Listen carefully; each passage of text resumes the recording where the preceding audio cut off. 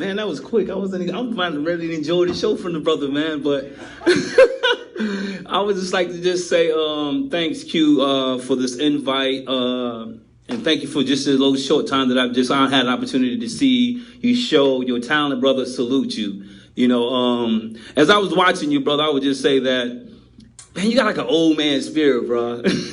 It's like, you know what I mean by that? For those who understand, it's like you are very mature beyond your years of wisdom. I mean, your years, man. You display so much wisdom in your music. And I just want to just tell you, I'm proud of you for what you do. I'm proud that you adding your own flavor to the music and not allowing the crowd and the movement to cause you to cross over and do something that's not in your nature to do. So salute you for that, brother. I just want to like I said, I truly believe that's a very powerful thing that I see that this brother is showing us. He's showing us about our culture. And he's one of those very rare individuals that is really displaying the Gullah culture and adding a pride to our culture. You know, when I was thinking about when I grew up right here on Hilton Head, I wish I had the knowledge that Q had right now. Because what we were influenced by in Hilton Head, we was not influenced by our culture. We was influenced by a whole different culture that caused us to add destruction to our culture. And as I was thinking, as I was driving up, and my wife and my sister was asking, like, what am I going to speak about? I tell her I normally don't prepare a speech, but I just wanted to talk about, I just said I want to go with the vibe. And as I was sitting, I was thinking about the word Gullah and our language. The language, I remember when I was growing up, we laughed at how our culture, we didn't take pride in our Gullah culture. And then when I looked at the word Gullah culture, and I think about Gullah culture represents resilience. Resilience, when a people was able to be brought from Africa through the bowels of a ship and was able to persevere through all of the trials and tribulation and placed in the land and had to learn a whole new language, had to abandon some of their culture, and they adapted to their circumstances. That's resilience. So what that tells me as an Afro-American man who's from the Gullah culture, it lets me know and let everyone know that we are resilient people. And we're living in a very trying time now. We're living in a time where nowhere in time we have anything to even make a comparison to. 2020 has been a hell of a year for so many of us. For just me personally, I lost my father just about 110 days. It's like right there, right in Spanish to a Muddy Creek Road, root of the Gullah culture, almost 7 people died. We're dealing with COVID-19. We deal with unemployment numbers out of crazy numbers. We're now in a higher time of political climate and all of this stuff. But I just want to just tell everyone that our culture represents resilience. So no matter what we are faced with, my slogan has always been, it's not what happens to you, it's how you respond to the situation in life. And I learned that, unfortunately, while I was sitting in prison with a life sentence. As some of you may know, I was sitting in prison with a life sentence. And I sat in that system, and I realized that there was one thing that I had the power to control, and that was the power of my own thinking. I knew that I could not control what was going on around me in that environment, but I knew I can control the way I think, and that allowed me to determine how I respond to a situation. And that has allowed me to be able to thrive and made it out of a life sentence, and now standing on the stage in Hilton Head Island, a place where I add a lot of destruction to. And now I'm coming back to say this is what we are all about. Now we're about taking pride in who we are as people, taking pride in adding value to our community, adding value first and foremost to us, as Q said, putting a little flavor in us, taking pride in that.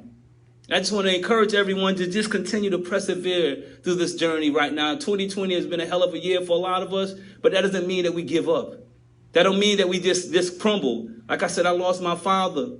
And right now it's still a process, but I know one thing for sure is not what happens to me, is how I respond to it. And it's about being resilient in that spirit. And just a little bit before I close, with my organization, Path to Redemption, this is what we're about. Path to Redemption is an organization I founded while I was in prison serving life.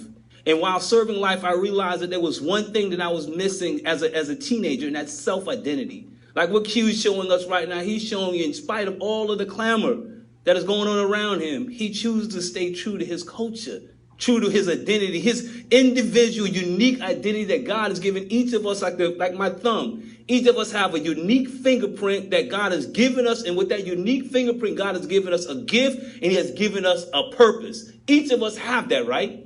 Q is showing us in his music what is his gift, that unique fingerprint that he's going to leave, his indebted print on this earth. He's going to leave that in his music. That's his legacy.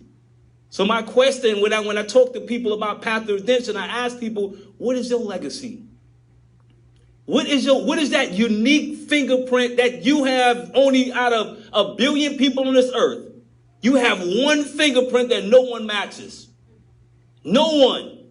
Your DNA is made up with just you. So each of us in that, God has given us a purpose. He has given us a gift. And in that gift and that purpose, it brings about flavor, but it also represents what? Resilience. So Path to Redemption is an organization that was founded in the bowels of a prison, but it represents resilience. It represents a unique gift that only I have and only you have. But it's up to you and I to tap into that gift and find that thing that God has told you to release to the world. I stand here today, you sit here today, on the shoulders of people who refused to give up as they were crossing the coast into the United States, into this country. Those people refused to die in the bowels, starving, chained in the bowels, and they were cast into an unfamiliar territory. And they choose to live. So every one of you in this room, you stand on their shoulders. So that means to tell you this, is that you have the unique ability to rise above whatever circumstances that you face in life. Because your ancestors have passed that in their DNA. In that DNA, they passed it to you in your DNA. And you have that. I have that. It's about us tapping into that and finding that. And like I said, Q, man, bro, keep doing your thing. I'm not going to just turn this into a sermon, but I just want to just tell you all that you have that unique gift. When you think about what's going on, just hold your fingerprint up and just press it on the mirror. And you can see that God has given you that unique thing that only you have. And if you tap into it and you do what Q do, his gift is making room for him. And he's bringing us here to remind us of our spiritual gift, your spiritual gangster gift, that is going to be able to cultivate our community and bring about a profound change. With that being said, thank you, my brother. Much love and respect. Thank you, guys. Peace.